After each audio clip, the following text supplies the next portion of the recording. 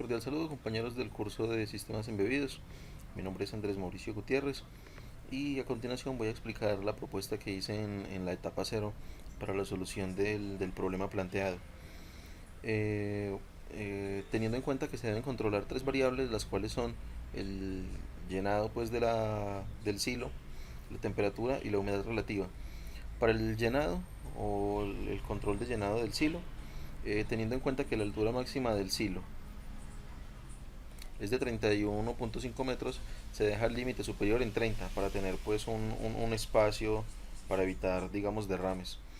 Y el inferior, que como lo pedía la guía un 7% menos, nos daría entonces en 27.9, o sea que este sería el rango de llenado del silo entre 27.9 y 30 metros.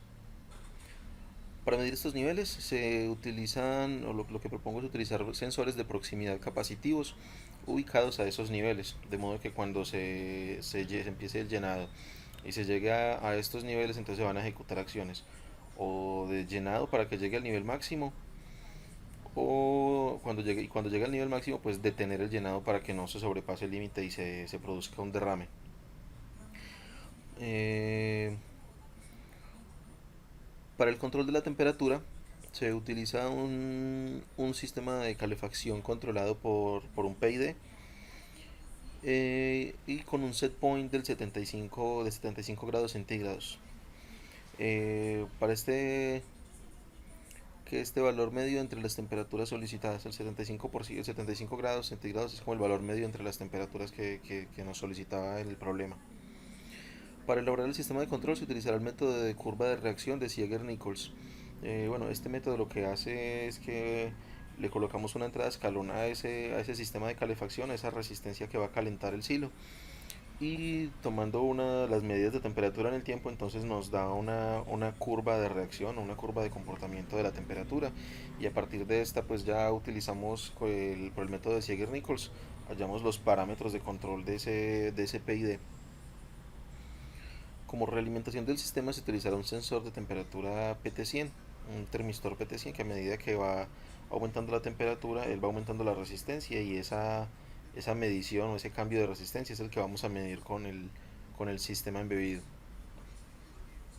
Y el rango de temperatura digamos, usual de este PT100 es de menos 50 a 600 grados centígrados, que es mucho más que suficiente para lo que necesitamos que va a tener un máximo en el control bueno, que un set point de 75 grados centígrados. Como último tenemos que realizar el control de la humedad relativa, no superior de 60%. Para ello se utilizará un humidificador automático. O sea, sobre esto hay una teoría muy profunda y considero que la mejor solución es utilizar ya un sistema de control de humedad, que los cuales lo venden. Coloco aquí un ejemplo de un controlador de estos. Y entonces lo que vamos a hacer con el sistema embebido es simplemente tomar el dato de la humedad y que este aparato haga el control para mantener la humedad dentro de este valor. Entonces utilizaríamos un sensor para tomar esta lectura y mostrarlo pues ya en la aplicación que se nos pide también realizar para visualizarla pues en esa aplicación. Teniendo ya determinado el método de control de las variables, se establece como el control central el sistema embebido Arduino, que también está propuesto digamos, en las siguientes tareas, hacer desarrollos con este sistema embebido, para monitoreo y control de estas con este sistema embebido.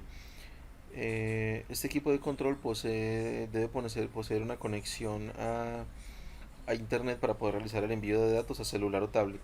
Esto en el caso de que la persona esté, digamos, en cualquier lugar del mundo, pues pueda tomar estos datos y pueda ver las lecturas y cuál es el comportamiento de estas variables en el silo.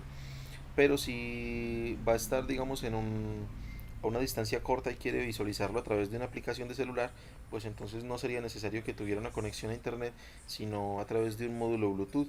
Y entonces a través de ese módulo Bluetooth hace la comunicación entre la aplicación y el sistema embebido. En ambos casos el sistema embebido sigue siendo el mismo, se utilizarían módulos diferentes y listo. Para el desarrollo, el software necesario es App Inventor, que es una aplicación de desarrollo en línea, muy gráfico, de del Instituto Tecnológico de Massachusetts, el sistema embebido Arduino y Proteus. Esta herramienta de simulación también tiene unos bloques para simular programación en Arduino, entonces es posible utilizarla para hacer simulación de estos. Muchas gracias, que estén muy bien.